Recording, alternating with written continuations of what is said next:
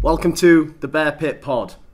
Craig's looking a bit different this week if you're watching on the old YouTube, because this is not Craig. This is Tom, who does the stats show now. Yeah. Does the stats. Big stat man. Love your graphs. Love my graphs. Love my XG plots. Heat maps. Yeah, heat maps. I've done a heat map on that yet, actually. Yeah? Yeah, I need Get to it. sort that out. Good heat map out. Don't do... But would Berahino's be any good? No, I don't think there'd be anything on it. Nah, it wouldn't be, would it? Some more of you have left us reviews. Thank you. They're all 5-star as well, so keep it up. Whoever, if you haven't already left us a review, why not? Because you can win a signed shirt by Berahino and Delap as well at the end of the season. So first up was Quirtia Up. Something. You lot usernames are weird. He says, I listen to this in the bath. I like the contrast of Craig's optimism and Elliot's less optimism. Since I've moved away, the Bear Pit's kept me up to date with SCFC and given me a place to moan about on Twitter. Robert Hortiano says, excellent pod. I just want the signed shirt. Fair, honest, yeah, he's honest. Fair. The magical Mr. Scotto says, a must listen for all football fans. Awesome pod covering the highs and lows of Stoke City with various views in mind. By the fans, for the fans. Keep up the good work. Maybe change the channel status from clean lyrics though. That is a good point, because there's a lot of swearing on it. Is it. Yeah, we need to change that. Stoke E11 says, quality pod. Properly enjoyed this pod, lads. Keep them coming. And lastly, EDRWS12.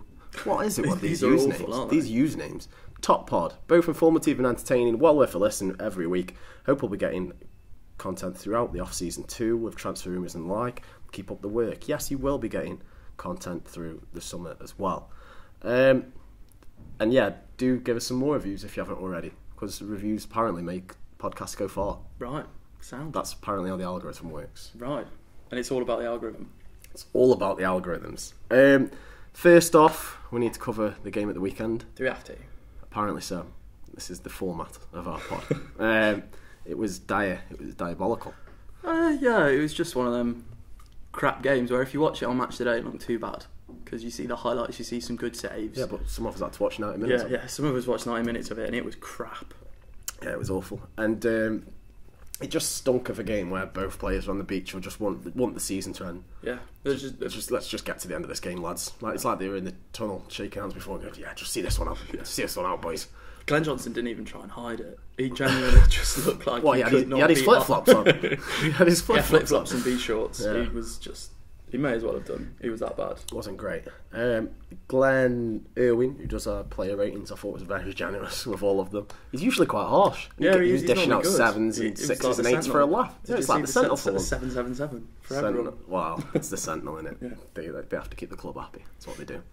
I think you came out... What did you say about... You thought there was an article today where they were showing the majority of fans' opinion views out, and then you... Yeah. It was like... It's a Tuesday or go, and I was like, oh, here we go. They might actually say what I've not expected them, and then no, it was. I think Hugh should stay. It's been a bad season. He needs another season. Just when you think they're gonna, do a view that we've all got, well, the majority of us. I say must clarify. I mean, majority of people on our pages, because people get angst about that. Yeah.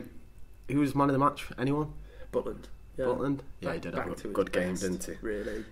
Do you think now how we played that game, and probably he'll stay in for the remainder of the season, do you think that justifies Mark Hughes' decision of dropping Lee Grant? Yeah, I think Lee Grant didn't... I was one of those people who thought Lee Grant's done a great job for us, but the second Butland was available, it's just important to give him game time. And he is number one. He's always going to be our number one. And Lee Grant would have known that when he signed. He would have known that was just a stopgap. It's probably in his contract. As soon as Jack's back, you're gone, mate. That's it, mate. You aren't doing anything. He's just accepted it. Interestingly enough, I think either the Sentinel or the club put it out this week.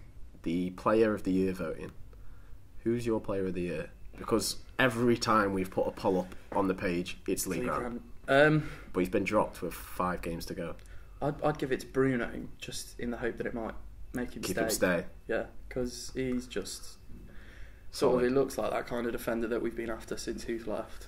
Yeah, it would be my choice as well. I don't think I hate giving it a keeper, because what does it say about how you've been all season? Yeah. It just shows you've been shit at the back. Mm. Yeah. So yeah, Bruno for me too. The only chance that can stick in my mind from the weekend's game was it Arnie? That ball from Shaq over the top. Yeah, over the top, and they take 2 bites at it. It just didn't. Yeah, it just didn't quite. Just didn't come off. No. Lanzini looked bright for them. He's a very good player. I think with them losing Payet, without him, without Lanzini, they'd be in a bit of trouble. They'd be properly struggling. Anything else you can take from that game? I mean, Mark Hughes, again, I still can't understand where Ramadan Sobhi is when it comes to match day. Yeah, where's this like exciting experimentation that we were promised? After the whole game, he was like, "That's it now, we're safe. I might change the squad a bit, mix it up." Subs on with Charlie Adam and Peter Crouch, really pushing the boundaries of football, experimental tactics. Football. Yeah, I don't think Mark Hughes has got an experimental bone in his body. When was the last time you could think of it when he played a really experimental side? I suppose you could like when probably he say, threw youngsters in or really mixed it up. I suppose false nine, I'd guess. Yeah. But even then, he played it because I can't remember who played it the week before against Man City, and it worked really well against them. It might have been Liverpool, but he only did it because of that, really. So he's never really. You reckon he was watching Match of the Day and just thought, "I'm not in that. Go on then. I'm not in that." Well, it did work, and that's the football that we all aspire to, that we don't think we're ever going to see again. We did have a few comments on the page. I think we had one earlier, and it'll probably be a question that we go into. But someone wants to see a midfield that includes Shaq, Arnie and Ramadan. For me, I'd love to see that. And what Shaq plays number 10 for Switzerland, so Yeah. you know, what at the minute, what's your perfect formation? Because mine would be the 4-2-3-1 with that trio, and Berahino up top, with probably Cameron and Alan sitting behind. I quite like three at the back, and I think because Ramadan does put in really good graft defensively, You think he could go on the left? Yeah. Left wing back. But if he's sticking with four at the back, it has to be that Shaq through the middle, because I think it'll just work. Just because, yeah, like you say, in the Euros we saw him, like, they tried to play him out wide for a lot of it because they were playing David Alaba wherever he wanted to play, because he played for Bayern Munich. But when Shaq moved inside, I think that was the game he scored the bicycle kick. So for me, all these the goals I can think of is when he comes and cuts inside. The goal against Hull, the goal the other weekend against Hull. Did I say Hull twice? Yeah, then? you did. Yeah, well, I mean both from first start of the season, then the home. Yeah, but his best goals seem to be from when he comes into the middle. Yeah, and even not just goals, when he makes things as well. Because even that ball to Arnie, he sort of drifted inside. Yeah. Arnie's similar. They both just cut inside. Yeah, but I think it's good because it pulls the defence around. But all these rumours about Ramadan and Hughes not signing him, when you first heard him, I was like, if Hughes isn't signing him, who is? We've got a director of football, don't we? Cartwright. I think Cartwright's signing him. It wouldn't shock me, but I thought it was absolute nonsense when it first came out. I was like, that's ridiculous. But everything that's happened since it came out just backs it up. Just looks, it just fits it. I don't know if it's just a coincidence, but it's worrying. If Cartwright has signed him, make Cartwright the bloody director of football for transfers, because that's a good one. Probably better than some of Hughes's. Although 18 Cartwright million was responsible for Breck Shea, so was he? Yeah. Oh dear. Yeah, maybe not. Although that cost 1 million. Yeah, wasn't too bad. Wasn't not 18 on a play. You're not going to even get anywhere near the score. Crying. Yeah, I'll cry too. So let's leave it there. The game at the weekend, probably less said about it, the better. Coming on to our next topic, which is Robbie Savage. Both of us. We both went on. Both on. Was it 5 Live? 5 Live this 606, weekend? 606. Saturday. Oh, it was so fun. That was fun. I was on first, and I was absolutely smashed. Not many people know this. You were ganged up on a bit, really. Yeah, I was. They even got another caller on with a contrasting view to come and have a go. Had two in the studio again. Two in the studio. Yeah. Oh, it was fun. It was so fun. But here we go. Oh, sorry. All right. James Alcott there from Bull Street's trying to come in during the podcast. Yeah, just trying to barge in. So yeah, I was on 5 Live. I loved that the clip that they put out afterwards was the 2 minutes where, you know, it made Robbie Savage maybe look a bit like he was in the right. You walked into that one that was Sampaoli. I know. Like I said, I had many cans, but I said Sampaoli is like top. You know, never going to get him. Well, like we thought. In fairness, he did just ask who would get Stoke to the next level, and Sampaoli would. There you go. Like, but he's at the very top of my list. Just like when you said we'd sign Shaqiri, you've got no chance, and you probably haven't. And Sampaoli's since taken the Argentinian job, I think, because he's got a massive hard on for Messi, and he just wants to manage him. But I also named in that list Eddie Howe, Sean Dyche, These aren't Yeah, my. they're just These, yeah, this is what I mean. These aren't my choices. These are just options. He asked for options of people, and Sean Dyche, maybe if coach wanted to go back to purely football, then that's an option.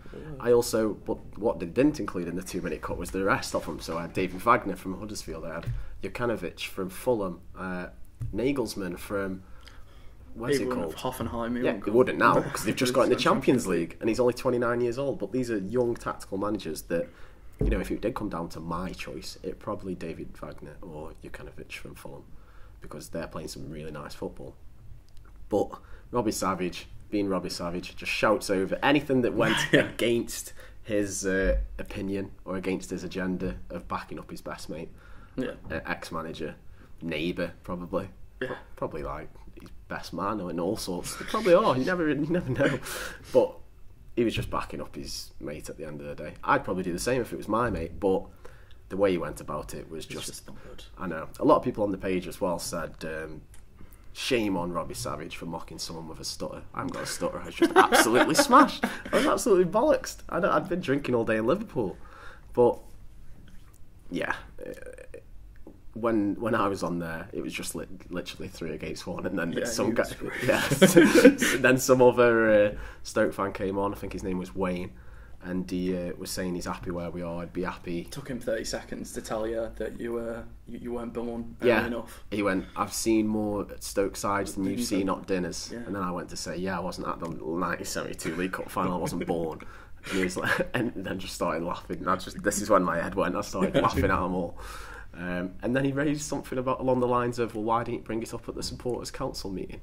Because you have a really big role in deciding. I'll go in to Tony Scholes and start listing off these managers and say, listen, Tony, sort it the fuck out. That's not what the supporters' council's about. Whatever view you've got, you can still, at the end of the day, you're trying to make the club better. But what happened when you went on? I enjoyed it because he sort of tried to do the same thing to me on the point of players who weren't playing enough, and I thought I fended him off quite well. Sort of said like Bojan should be in the team and Beulah should be in the team. Shaqiri's been in and out of the team even when he's not been injured. And then I said Joselu, and he said Joselu's only scored 4 goals in 22 or something like that. And then I went on to about how all of those are against Champions League teams. James, there's a camera as well, James. James Alcott's just come in, walking through the studio. That's twice now. Go on, Tom. So yeah, I think because Joselu scored like 4 goals, 3 against Real Madrid, 1 against Barcelona. And he was like, "Oh, it's a different league." And I was like, "Yeah, they're still in the Champions League, mate. They're still pretty good at defending." It's claiming it's a different league and knocking goals that he's scored, which, like I say, 2 have been against Real Madrid, 1 against Barca. He didn't even knock in goals that Crouch has scored against fucking Burnley or I don't know, but Stevenage. Yeah, it was just whatever suited his argument. James Alcott's now left the room as well, so hopefully there's no more disturbing moments. But yeah, he was just shouting anything that didn't go with his argument. And there was another point what I made, and I can't remember what it was. I said to the other Stoke fan, Wayne, I said, Mark Hughes himself has admitted that sending Bojan out on loan was a mistake. And he goes, well, he's made a mistake then. Like, this guy he can't do no wrong. He can't do no wrong. Well, he's got to accept responsibility for something. Like, if you've made that such a mistake and that's why we're where we are, you've got to accept that. It's got to be held against him. He's got to be held accountable. Also, when I said his own target was 8th.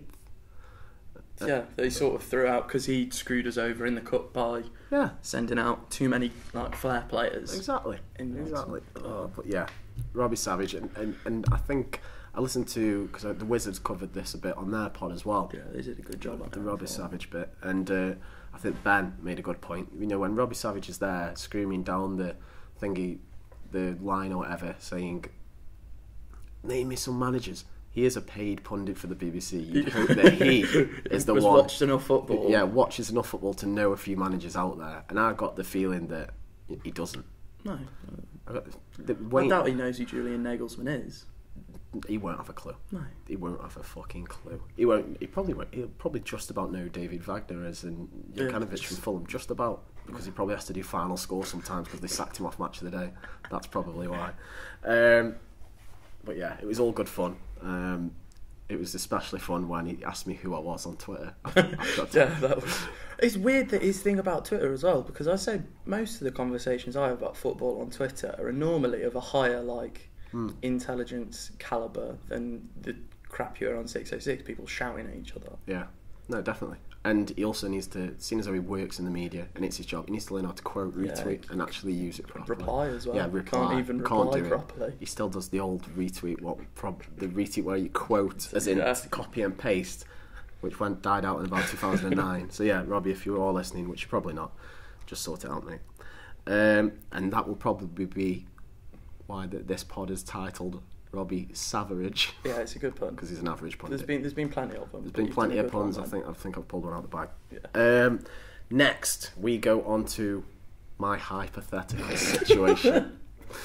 In fairness, both of us have put our foot in because I did that whole Eric Peters has been dropped thing. Yeah. Got butchered on the oatcake as well. Yeah, you did. Yeah, that's another point we should probably raise. So you were on comms, or the Twitter, if people don't know what that means, and Twitter and Facebook on Saturday to provide the listeners or followers with match day updates. Yeah. So at the end of it, we're providing a service. We're doing this for people. And Eric Peters was dropped, and you wrote in capitals, "This is not a drill. Eric Peters has been dropped." Yeah. Which you can take as a fact, which you can take as however you want. At the end of the day, it's information. Yeah. This was then pulled up by someone on the oatcake who was deeply offended that you were celebrating Eric Peters being dropped. I fucking celebrated Eric Peters being dropped. I know you did, but I mean, it's funny because I've wrote 3 blogs on sort of just defending Eric Peters. Yeah. So I don't think it could come from a more ridiculous person saying, I'm celebrating Eric Peters being dropped. I mean, he deserved to be dropped. He did deserve to be dropped.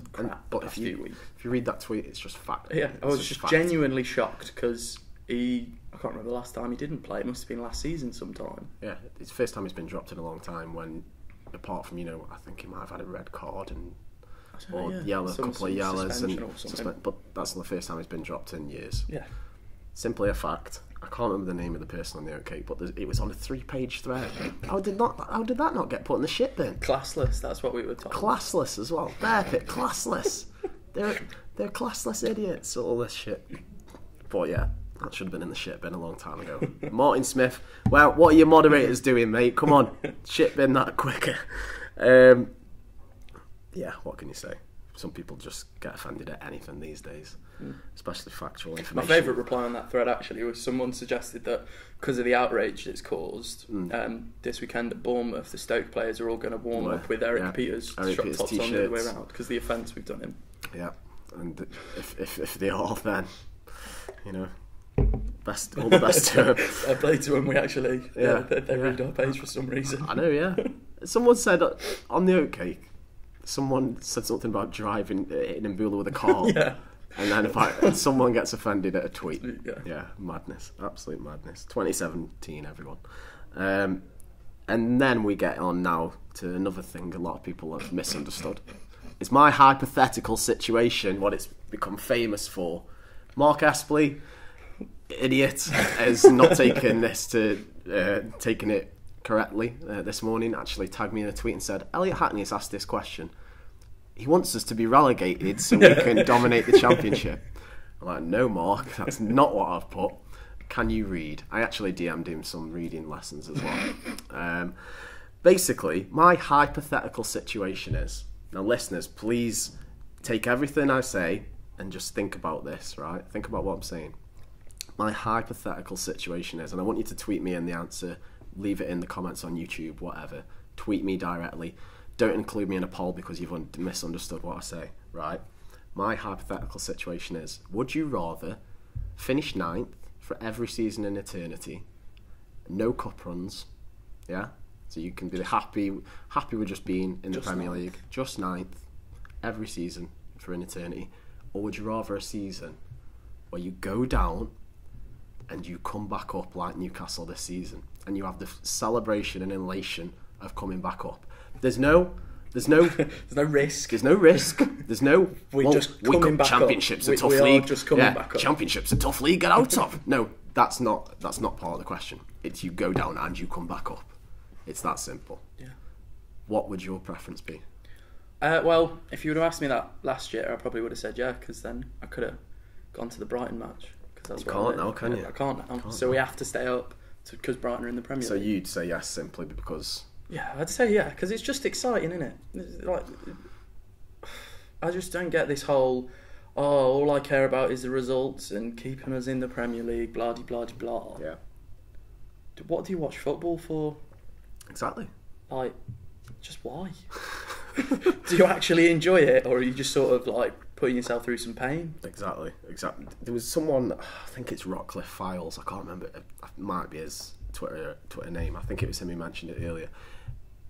This isn't my preference or anything along those lines, but he said, in some ways maybe that would cleanse the fan base a little. It'd if you went down and came back up, it'd sort of help out with the atmosphere. Yeah, I get and all that that sort of thing, which I thought was a very valid point. Yeah. It's not why I'm saying this hypothetical situation. Mine is sheerly for some joy. Yeah. That's the only having reason. Having a proper piss up. Having a proper piss up. Having a pitch invasion again. Yeah. That. Beautiful. That is why I made up this hypothetical I never went situation. on the pitch. Didn't you? No, my uncle wouldn't let me. You missed out. I hold it against him for the rest of his life. I slapped Dicko on the chest. And then I was just like inches behind my mate who got in every national paper with Dicko. Which was gutting. But that is my hypothetical situation.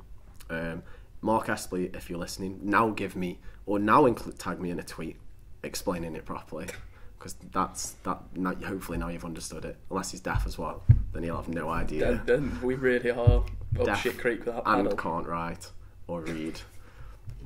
That's it. You can tell we've had run-ins with him before, can't you? Yeah, of course we have. Of course we have. It used to be SLP, but he got sacked from that because he was that bad.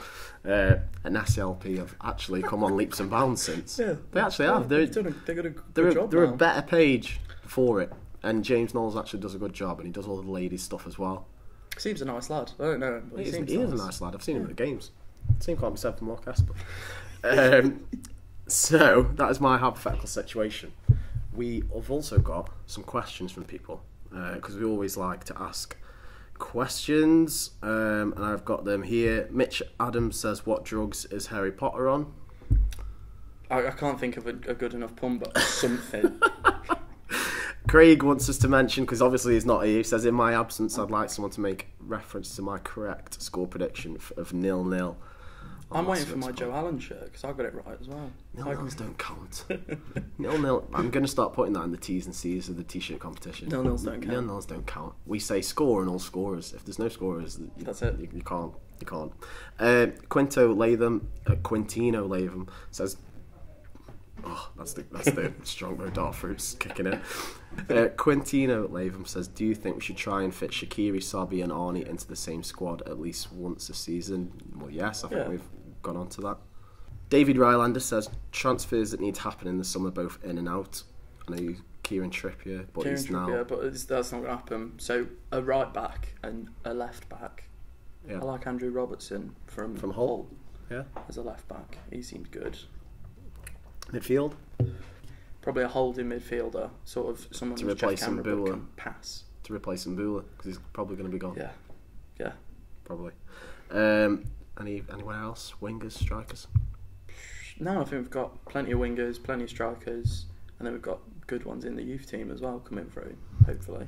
Harry Adderley says, best goal you have ever witnessed live. Doesn't have to be Stoke. Mine would be Crouch, even though he said doesn't have to be Stoke. I'll say. I think I'm going to stick with Stoke as well and go Shaqiri at Everton, because who on earth half volley chips the goalkeeper from the top of the box? Yeah, it was a good goal. Any other questions? Let's have a look. Grindy Ryan says, does the style of football Stoke playing matter? Personally, I just want to win and don't care how. Thanks for the pod. Keep up the good work. I think it's a bit more complicated than just that, because if you're winning and you're actually doing well, then yeah, I couldn't give a crap how we're playing. You just enjoy the winning. But if you're having a season like this one where nothing's really going anywhere, if you're playing good football, you'd be alright if you're just trying to score. I think it was some Italian manager who said it's better to lose 5-4 than draw 0-0, because it is an entertainment rather than something boring. It's good. I don't mind. I don't care. Because I say I don't care. I do care, but I don't mind what it'd be if, as long as you were getting some results. I used to love the Tony Pulis football until it got really bad and we weren't getting the results. I used to love the Delap throw-ins. I used to love being physical and absolutely battering people off the pitch. I used to love that. And I always said when Tony Pulis left, I wasn't too bothered if we got a footballing manager in or not. I just wanted someone to take it to the next level. You've got Diego Simeone who does that same style. I'm going to support Atleti tonight because that it is just that. As long as what you're doing it well. And you've got a philosophy and you stick to it for a reason. Yeah. You don't change your fucking formation every week. No clear philosophy, no clear tactics. Yeah, so we don't mind. Sam Richards says, why is Robbie Savage such a prick? Gets paid to be. Just is. Yeah. We've got it for that one. Footballer and wants attention. Yeah. And Ashley Flint asked me if I was being serious about Sean Dyche. I was being serious that could be a candidate.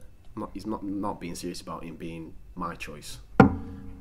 That's the questions. That's the questions, John. Next on to Bournemouth this weekend. This is where every week I go, I'm worried. I am. I'm pretty worried again. Bournemouth play some decent stuff, especially at home. And we haven't scored away since January, so it's not looking good. You don't win football matches without scoring goals. It's not looking good. Fact. There's your stat. There it is. That's a stat. That's a stat for Robbie Savage to fucking ridicule. I'm pretty worried this weekend. I'm more worried about if I can attend or not, because I've got some things going on. I don't know if I can anymore, which is a bit of a gutter, because this would be the last away game of the season for me, because I can't make Southampton, because the missus booked a trip to Tenerife pissed up for my birthday. Nice. It's not nice. I'm going both of them. So. It's not nice. I was supposed to be going to Southampton. I was fuming when I found out. Just another one on Bournemouth. Do you remember when they beat when Blackburn knobbed us in the cup? Yeah. Do you know who scored the hat trick in that? Josh King. Yeah, it was Josh King. Josh King coming back to haunt us. Again, and he's been in some good form. Yeah, he looks a real sort of talent. Got himself together. Yeah, was he not together? I don't know. He was at United and then struggled. Yeah, no. Don't do us for defamation, please. Yeah. I wasn't meaning... No, Eddie Howe, like I say, is one of the people I'd maybe like to be our manager, if we were going to go down that route. Yeah. Some people rubbish when I say Eddie Howe coming to us, but this is my argument, is that we are the middle step before him going to a top side. No top side will take a risk on him from Bournemouth. He needs to go somewhere and prove... Bit like Coman and Everton. Yeah, exactly. He wasn't ever going to go and get a Barcelona or a job like that, because surely he's looking at something like that. Exactly that. He needs the next step. Bournemouth isn't that. He's not going from Bournemouth to Arsenal. They don't imagine the fans if it doesn't work out. They're not going to take a risk. Poor Eddie. I know. They're not going to take a risk on him. Champion never managed in Europe. Never. Had that much money to spend. That's not his next general step. His step is to a middle club. I don't know, because you just said about money to spend, and I think his transfers this year he has spent a bit. Whole crap. He has spent a bit. I mean, Jordan Ibe just hasn't worked out. That was a lot of money. Was it 13? Yeah, something like that. And Lewis Cook, who was that centre mid we were after as well. Yeah. They signed, and I think he's only played about 3 games this season. So I don't know. That would be my worry with Howe. But with the greater resources that Stoke have than Bournemouth, that he might just get a bit excited. It's alright, he's got a director of football. I wasn't being serious about the suggestion of Sean Dyche being our manager. I was just being serious about it as a possible candidate. But yeah, Bournemouth this weekend. What do you think we're going to be lining up with? Do you think it's going to be 3 at the back? Do you think it's going to be 4 at the back? Don't have an effing clue. It could be anything. I just hope it's not that. No offence to anyone in the midfield 3 from the West Ham match. Just hope it's not that boring, because that is just a boring midfield. Cameron, Whelan, Allen. Nothing inspiring. They'll sit there and they'll win you the ball back, but it seems to just be, once they've won it, give it to Shaqiri and pray to God he does something. Mm-hmm. Yeah, Shakarani. Yeah, let's get Ramadan in. Let's scare them a bit, the Bournemouth defenders. Be like, give them something to be worried about. Yeah. Yeah, I'd like to see Ramadan. Maybe, as you said, Hughes wants to be experimental for the rest of the season. Maybe we'll throw Shaq, Arnie and Ramadan all in there. Who knows? What are you going to go for? Score prediction? We're going to lose 2-0. Oh, bro, oh god. Yeah, I think we're going to lose. But I'll go 1-0. Just like a fucking boring affair. Awful crap game. Awful game. So that's the Bear Pit pod with lots and lots of optimism. We've missed Craig, haven't we, this week? We've missed Craig dearly this week to try and spur some confidence into us, but it's just not there. But that has been the Bear Pit pod. Do leave a review on iTunes if you haven't already for the chance of winning a signed shirt by Delap and Berahino. Give this a like on YouTube if you're watching there. You can find us on SoundCloud, Acast, iTunes, YouTube. I fuck it up. Yeah, you've been doing all right recently. I know. Screwed it then. I've just knackered. This stronger. We are off to watch the Champions League semi-finals, Atletico and Real, and we will see you all or hear you all. No, they hear us. Yeah, we don't hear them. No, we don't hear you. Probably for the best. And you will hear us next week. See you later.